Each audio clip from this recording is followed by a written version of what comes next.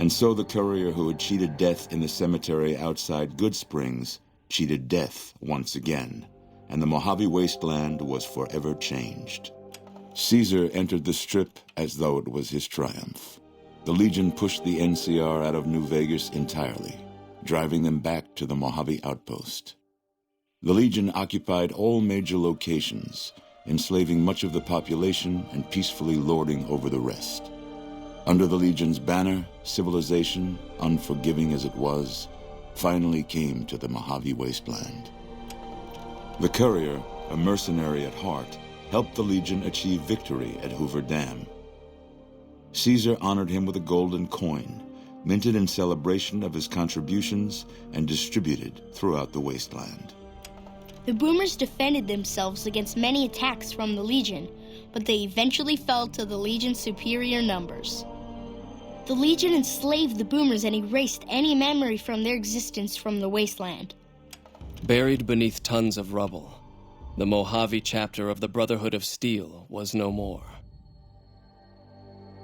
Those few who were outside the Hidden Valley bunker when it was destroyed settled into new lives, or headed west to find a new chapter to join. At odds with leadership over the Brotherhood's future, Veronica looked to the Mojave wasteland for an answer both she and they could live with.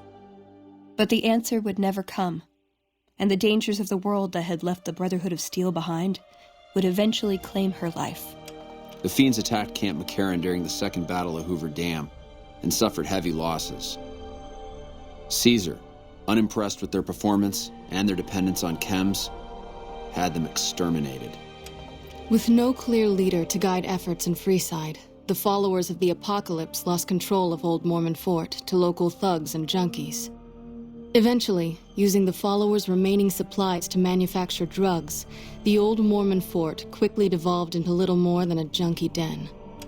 Tricked by the Courier and imprisoned by the Legion, Arcade remained Caesar's personal physician for several years. Caesar grew fond of speaking with such an educated man on philosophical matters. Arcade became his unwilling intellectual sparring partner. After years of such servitude, during an unguarded moment, Arcade used a surgical scalpel in his bare hands to disembowel himself. Lacking any other skilled medical personnel, the Legion was unable to prevent his death. Caesar mourned his loss for months. The Legion, preoccupied with its acquisition of New Vegas, scarcely took notice of the town of Goodsprings. Many locals moved on, fearful of Caesar's long shadow. Only the old and the stubborn remained. As reward for their loyal service, Caesar forcibly integrated the great Khans into the Legion. The sick and elderly were killed. The women sold as wives to ranking officers, and the tribe's identity was annihilated. Though many great Khans mourned the death of their tribe, many more were ultimately satisfied with their revenge against NCR. Though a cure for the Nightkin schizophrenia was eventually found, it became a case of too little, too late for Jacobstown. Most Nightkin at Jacobstown followed their leader, Keen, out into the wasteland, terrorizing the Mojave for years to come.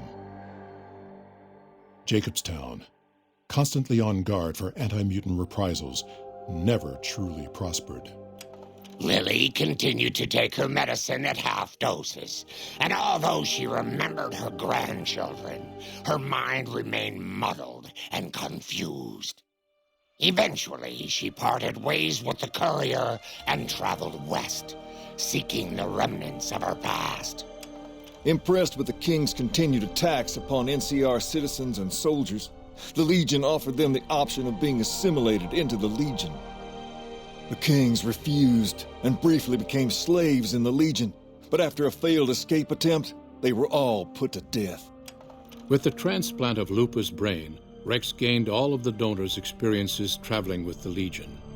These melded well with his own memories of the Legion, and his new mind quickly adjusted to the myriad memories. While the destruction of the Repcon rockets appeared to be a boon to the salvagers of Novac, the benefit would never be realized.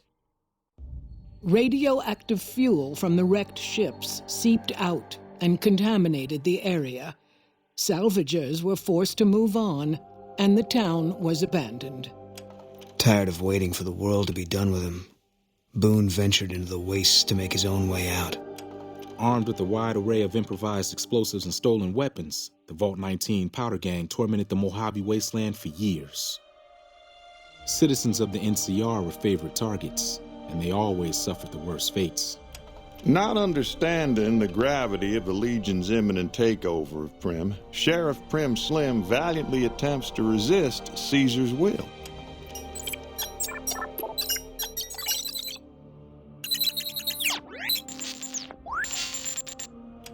After the death of Chief Hanlon, the power of NCR's Rangers was broken for years.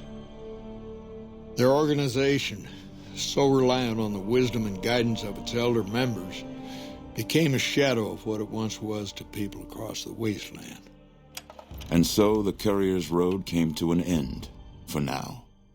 In the new world of the Mojave wasteland, fighting continued, blood was spilled, and many lived and died just as they had in the old world. Because war never changes.